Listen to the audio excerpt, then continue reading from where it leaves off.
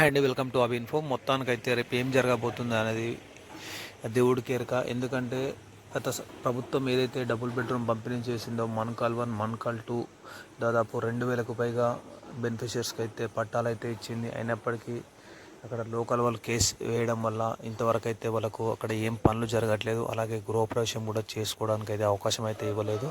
అయితే దీని ద్వారా పేద ప్రజలు అయితే ఇబ్బంది పడుతున్నారు చాలా. అయితే దీనికి ప్రభుత్వం స్పందించి అక్కడ ఎవరైతే అర్హులు ఉంటారో వారికి కోర్టు కేసు తొందరగా క్లోజ్ అయ్యేలా, అలాగే వారికి అనుకూలంగా తీర్పు వచ్చేలా ప్రభుత్వం అయితే చర్యలు తీసుకోవాలి.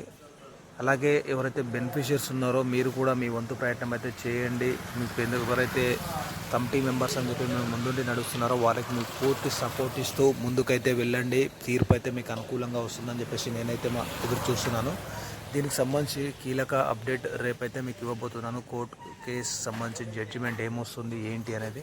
మన ఛానల్ అయితే సబ్స్క్రైబ్ చేసి లైక్ చేసి సపోర్ట్ చేయండి. మిగతా వివరాలు మరొక వీడియోలో మేము ముందుకైతే వస్తాను. థ్యాంక్ యూ ఫర్ వాచింగ్ అబి ఇన్ఫో.